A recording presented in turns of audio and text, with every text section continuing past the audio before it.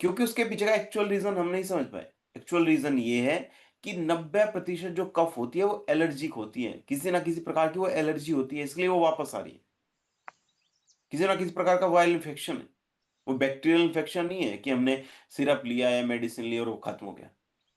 अगर रात के टाइम पे हमें हमारे शरीर के अंदर जो कफ अगर बहुत ज्यादा जमा होता है, आप देखेंगे कफ बहुत ज्यादा हो रहा है, सांस नहीं आता, सांस लेने में तकलीफ होती है, ऑक्सीजन प्रॉपर हमारे लंग्स तक नहीं पहुंच पाती, हमारी नींद भी डिस्टर्ब होनी शुरू हो जाएगी। तो आयुर्वेद हमेशा कहता है कि हमें अपने शरीर के अंदर कफ को दबाने की आवश्यकता नहीं है। हमें अपने शरीर के अंदर जो दोष हैं उनको बैलेंस करने की आवश्यकता है। ठीक है, हम कई बार करते हैं कि कफ की समस्या है, उसको ऐसे ही कोई भी सिरप लेते रहेंगे उसको, कि ठीक है चलता रहेगा। वो समस्या खतरनाक हो सकती है आगे आने वाले समय में। तो आयुर्वेद ने हमें बताया चरक संहिता के अंदर कि कासम ने हनियात। कासम ने हनियात का मतलब ये है कि हमें अपने शरीर के अंदर जो म्यूकस है उसको जमा नहीं होने देना चाहिए, जो कफ है उसको हमें अपने शरीर के अंदर जमा नहीं होने देना चाहिए। कफ निसारक। निसारक क्या है? सबसे पहली पद्धति है, सबसे पहली विधि है कि हम सबसे पहले अपने शरीर के अंदर कफ को दूर दूर करें। कफ को अपने शरीर के अंदर से दूर कर लें। फिर श्वास है। श्वास का मतलब है अपने जो एयरवेज हैं जिसकी वजह से हमें ऑक्सीजन मिल रही है उनको ओपन करें। तो दो पद्धति चलती है, कफ निसारक और हमारी श्वास है।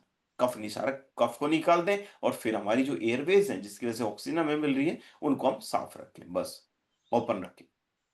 तो कफ डॉग को साइंस भी वैलिडेट करता है कि जो वसा का हमने इसके अंदर यूज किया है वो हमारी जो श्वास हर की जो पद्धति है बेहतर तरीके से ऑक्सीजन हमें मिले इसमें हमारी मदद करता है। एथनो फार्माकोलॉजी के अंदर 2008 के अंदर पब्लिश हुआ मुलेठी का हमने इसके अंदर यूज किया।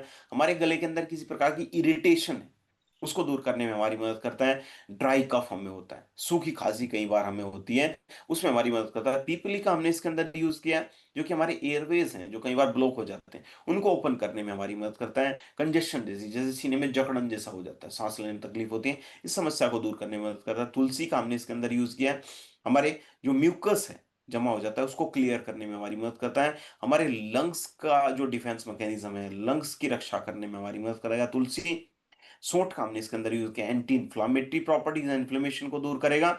कई बार हमारे रेस्पिरेटरी सिस्टम में एक इन्फेक्शन उत्पन्न हो जाता है जिसको बोलते हैं आरटीआई, रेस्पिरेटरी ट्रैक्ट इन्फेक्शन, उसमें हमारी मदद करता है सौंठ। ठीक है, क्रोनिक कफ है उसमें भी हमारी मदद करेगा। फूड कैम टॉक्सिकोलॉजी की रिपोर्ट है। साथ साथ कांतकारी का हमने इसके अंदर यूज किया है जो कि हमारे एयरवेज के लिए एक रक्षा कवच का काम करता है।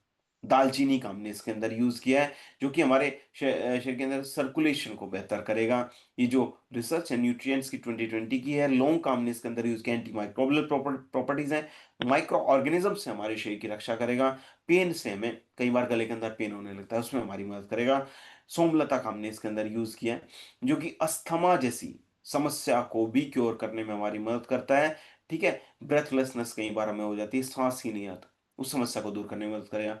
तो इतनी सारी हर्ब्स हमने इसके अंदर यूज की हैं कि वो मल्टीपल एक्शन करती हैं, हमारे गले को भी प्रोटेक्ट करती हैं, ऑक्सीजन हमें प्रॉपर मात्रा से प्रॉपर तरीके से मिलती रहे, हमारे लंग्स की कैपेसिटी अच्छी हो, हमारे एयरवेज ओपन हो, हमारे शरीर के अंदर म्यूकस जमा हो, तो हर प्रकार से हमारी मदद करने के लिए वो सारी सारी हर्ब्स इसके अंदर हैं। तो यही कारण है कि कफ डॉग सबसे अलग है कि हमारे शरीर के अंदर कफ को दबाता नहीं है, कफ को निकालने का काम करता है। कफ निशारक और श्वास दोनों पद्धति के ऊपर काम करता है। अगर मैं बात करूँ कितना हमें इसको यूज करना है, 1 चम्मच दिन में 2 बार हम इसको यूज कर सकते हैं। ठीक है, अगर बच्चे हैं तो, एडल्ट हैं तो 2-2 चम्मच दिन में 2 बार भी इसको यूज कर सकते हैं।